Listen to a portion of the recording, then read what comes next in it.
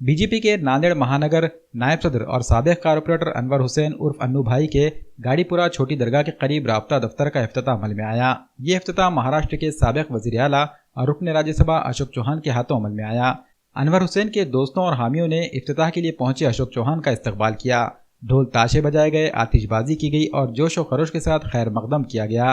इस मौके पर अनवर हुसैन उर्फ अन्नू भाई ने अशोक चौहान की गुलपोशी की।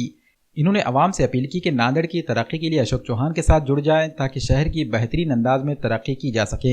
अन्नू भाई ने गाड़ीपुरा की बड़ी दरगाह की तरक्याती कामों के संगे बुनियाद पर अशोक चौहान को मुबारकबाद पेश की और उम्मीद जाहिर की कि ये कदम इलाके की बेहतरी में अहम साबित होगा। सबसे पहले तो मैं आपके माध्यम से एक चीज़ बतलाना चाहता हूँ आवाम को कि जो श्रीमान माजी मुख्यमंत्री अशोक राव जी चौहान साहब है, उनके दिल में ना कोई भेद है, ना भाव है, ना कोई संभव है। उनके दिल में खाली इंसान की इंसानियत और इंसान के लोगों के काम की अहमियत है। तो उसी नोयत के ऊपर जब हम अशोक राव जी चौहान साहब माजी मुख्यमंत्री बीजेपी में प्रवेश हुए, तो प्रवेश होने के बाद हमारी मीटिंग थी। मैं कांग्रेस पार्टी में था, जब मैं भारतीय कांग्रेस पार्टी का महानगर उपाध्यक्ष था। तो दूसरे दिन कांग्रेस पार्टी की जो मीटिंग हुई नवे मोड़े कार्यालय में, तो उस दिन मर गए बेचारे, उनको अच्छा रखे अल्लाह, वसंतराव जी चौहान एमपी, उन्होंने एक भाषण दे के उस दिन कांग्रेस कमेटी की मीटिंग के अंदर एक बात बतलाए कि अब जो है एक तरफ पक्ष है और एक तरफ है हमारा गुरु। तो अब ये देखना है कि अपन पक्ष से लड़ सकते या गुरु से लड़ सकते। और जिसको पक्ष के साथ रहना है वो पक्ष में रहे, और जिसको अगर से गुरु के साथ रहना चाहते वो गुरु में रहे, गुरु के साथ रहे।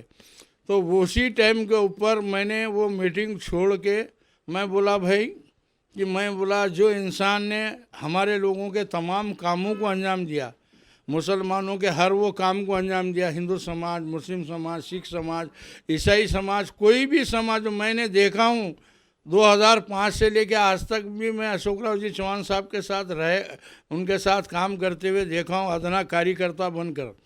तो मैंने देखा कि उनके दिल में कोई भेद नहीं, कोई भाव नहीं, कुछ नहीं। और उन्होंने मुझे नहीं बोले कि अनु तू क्या बोलते, तो मैं भारतीय जनता पार्टी में चलेगा और तू भारतीय जनता पार्टी प्रवेश कर ले। मैंने जो देखा कि भारतीय जनता पार्टी के कामों पे मेरी गौर से नज़र थी कि हिंदुस्तान के अंदर भारतीय जनता पार्टी क्या क्या कामों को अंजाम दे रही। अब देखो खतर के अंदर 8 लोगों को फांसी हो गई, तो खतर मुस्लिम ममालिक है, पर ये देश के प्रधान थे नरेंद्र मोदी, जिसने क्या बोलते तो वो लोगों को क्या बोलते तो वहाँ से इंडिया में लाए।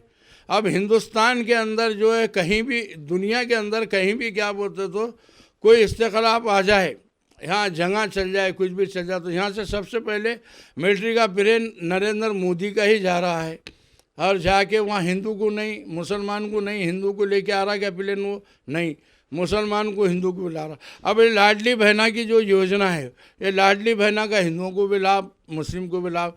50 साल से जो है हमारे आबा व अजदाद ने कांग्रेस को वोट देते आए, तो उन्होंने कांग्रेस ने ना हिंदुस्तान के रोड, ना तुम भी देखे मैं भी देखा कि ये 2014 से जब तक भारतीय जनता पार्टी की सरकार बनी, जब से हिंदुस्तान के रोड डेवलप हुए। पहले 74 एयरपोर्ट थे, आज 174 एयरपोर्ट है हिंदुस्तान के अंदर। लाडली बहना, पहले रेल के अंदर क्या बोलते तो रेलों की पोजीशन क्या थी, आज रेलों की पोजीशन क्या है।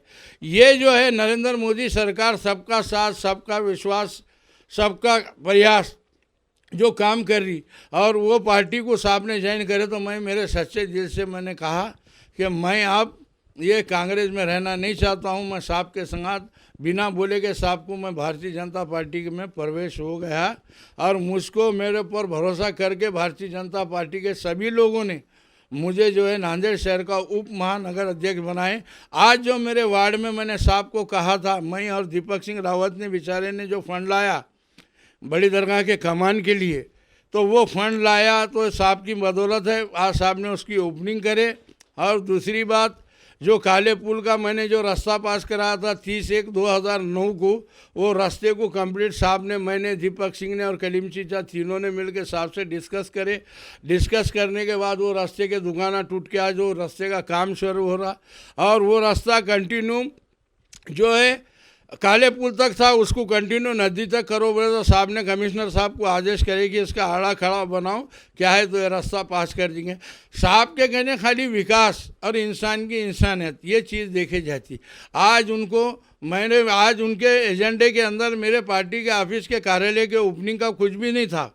साहब ने, मैंने जैसा रास्ते में रोक के साहब को मेरे कार्यालय की ओपनिंग करो सर, आप मेरे वार्ड में आए तो मेरे कार्यालय की ओपनिंग किए, और ओपनिंग करके क्या बोलते तो उन्होंने सच्चे दिल से मेरे को मुबारकबाद दी कि आज तेरा कार्यालय शुरू हो गया, आज से तू काम को लग भारतीय जनता पार्टी का। मैं भारतीय जनता पार्टी में रहो या कोई भी पार्टी में रहो, मैं वही अशोक चौहान हूँ जो पहले था। तो कोई भी इंसान की इंसानियत को देखते हमको काम करना चाहिए।